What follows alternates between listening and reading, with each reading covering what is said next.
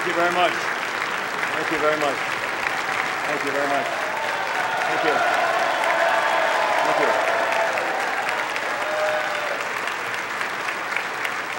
Thank you very much. Thank you very much. Thank you. Thank you very much. Thank you. Members. Thank you very much.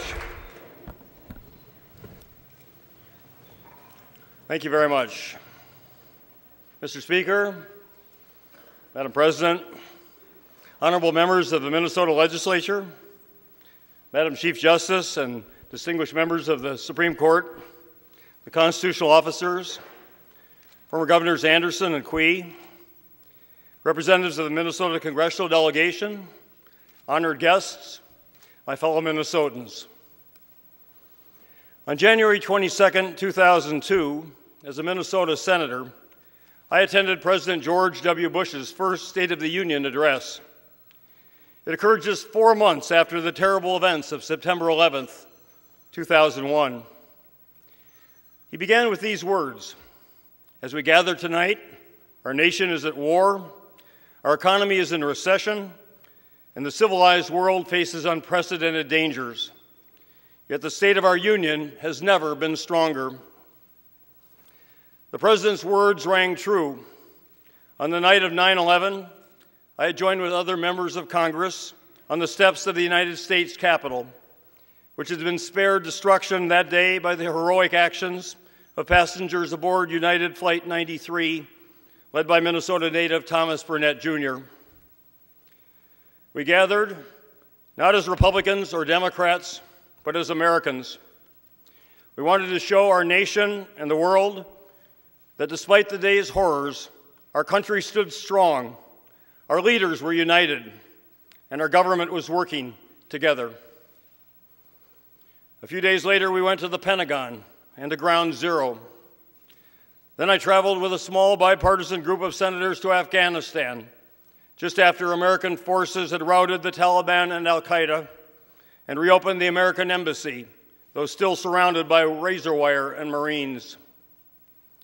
So when I heard the President's words, "The state of our union has never been stronger," I agreed that 9/11's disaster had united our country, our citizens, and our leaders.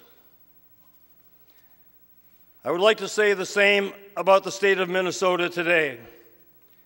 After the most terrible economic disaster since the Great Depression, after its harsh lessons that we are all Minnesotans, whose lives, fates, and fortunes are intertwined, I wish I could say that we are all united as we gather here this afternoon.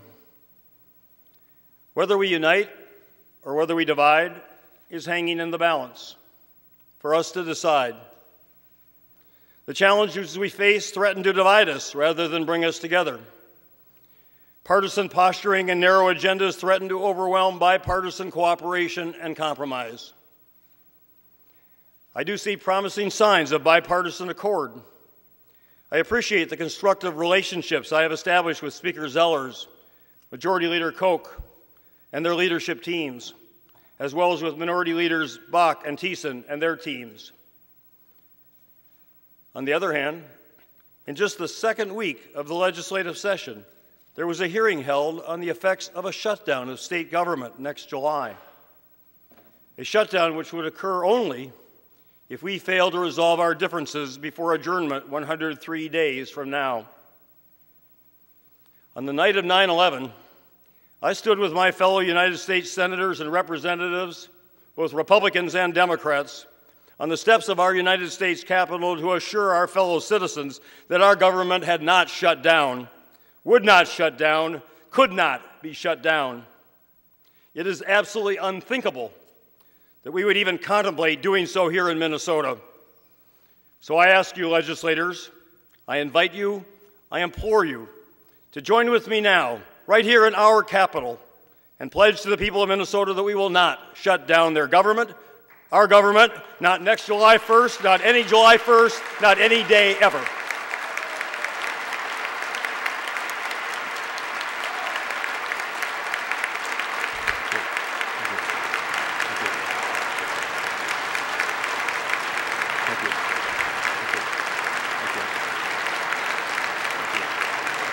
Thank you very much. Thank you. Thank you. Thank you. Thank you. Thank you very much. Thank you. Thank you. Thank you. It should not happen. It need not happen. Not as long as we are willing to work together and to compromise our individual views for the common good. Compromise doesn't mean we have to agree, thank goodness, because we won't.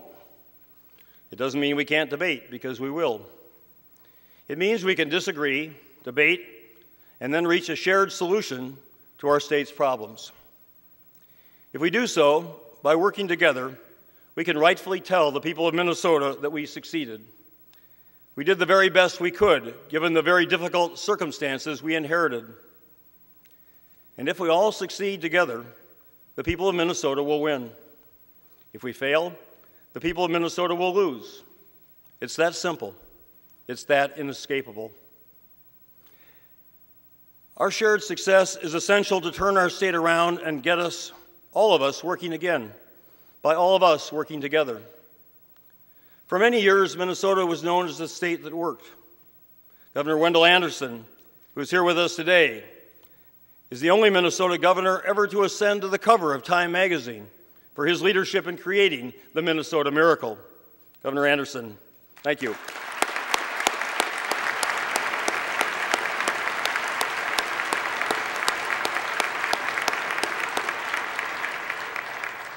We were blessed with the largest number of Fortune 500 companies per capita of any state in the nation.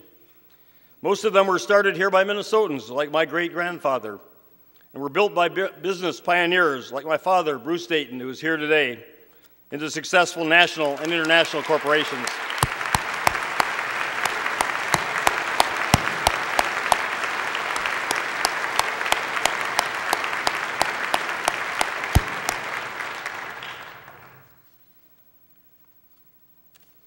They didn't succeed alone. Thousands of talented, well-educated, and productive Minnesotans worked hard together with them to achieve those tremendous successes. Minnesota's economic ascendancy and social vitality were true public-private partnerships, and they occurred by the thousands throughout our state. In the fall of 1983, I traveled to Thief River Falls as Commissioner of Economic Development to award the first enterprise zone tax incentives, which Governor Rudy Perpich and the Minnesota Legislature had authorized that spring, to a 7-person business called Artco. Those business leaders and their hardworking employees built that small business into Articat, which employs well over 1,000 people there today. It stands along DigiKey, another remarkable business success story, which its brilliant founder, Dr. Ronald Stordahl, started in his garage, and which today employs some 2,000 Minnesotans in Thief River Falls, Minnesota, who fulfill orders worldwide within 24 hours with 99.85% perfection. Unfortunately, due to a combination of factors, Minnesota's economic success stalled during the past several years. During the last decade, Minnesota, which previously had been among the best states in the nation for economic growth and job creation, had one of the worst performing economies. According to a Wall Street Journal analysis, real median income growth in Minnesota fell by 9% from 1999 to 2008, over double the national decline of 4%. Only 2 other states had a worse decline. As a result, our per capita income fell from 7th highest among the states to 14th in 2009. Our employment growth averaged in the bottom 10 among the 50 states during the past decade. Last December, there were over 77,000 more Minnesotans unemployed than in December 2002, just before Governor Pawlenty took office. There were 5,881 fewer people working in Minnesota than there were 8 years ago, even though our state's population grew during that time by over 286,000 people. And it's worth noting that this decade of poor performance followed 2 consecutive cuts in the state income tax rates by Governor Ventura and that Minnesota legislature in 1999 and 2000.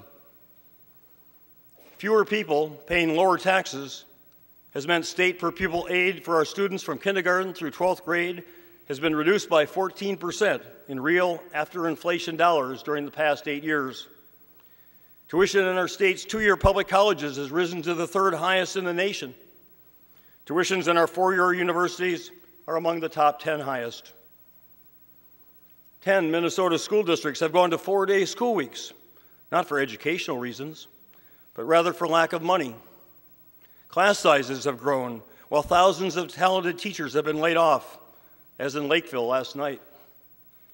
The average salary of those teachers who remain is 2% below the national average.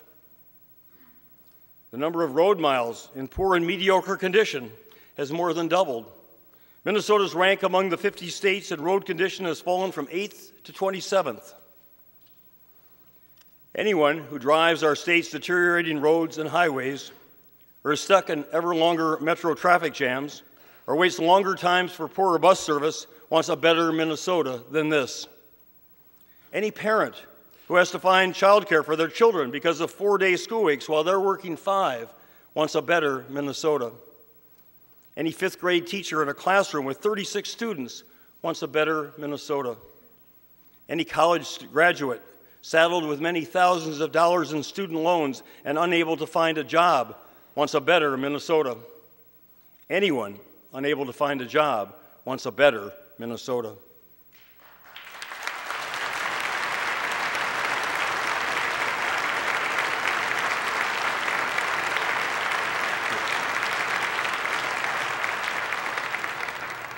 Minnesotans want a better future.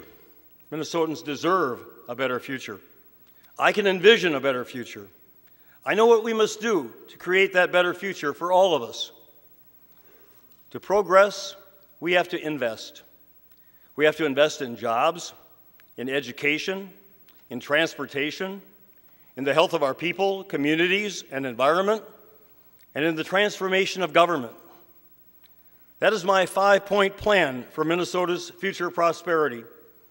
Invest in more jobs, invest in better education, invest in improved transportation, invest in the health of our citizens, our communities, and our environment, invest in the transformation of government services. Investments require faith and trust.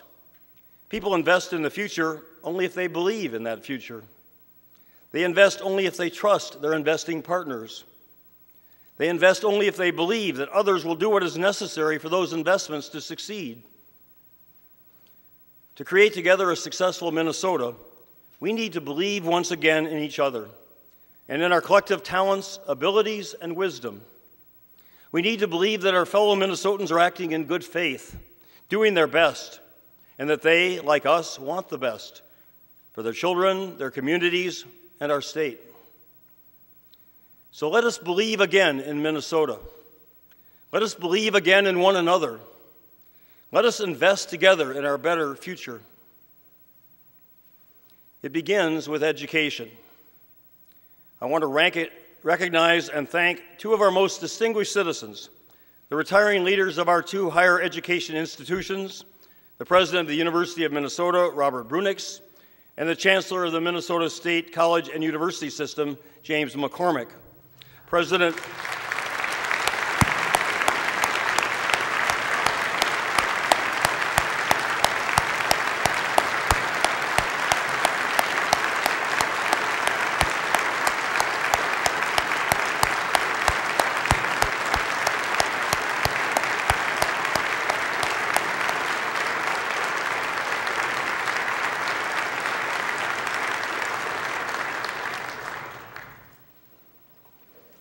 President Brunix has led the University of Minnesota with great distinction as its 15th president since 2002.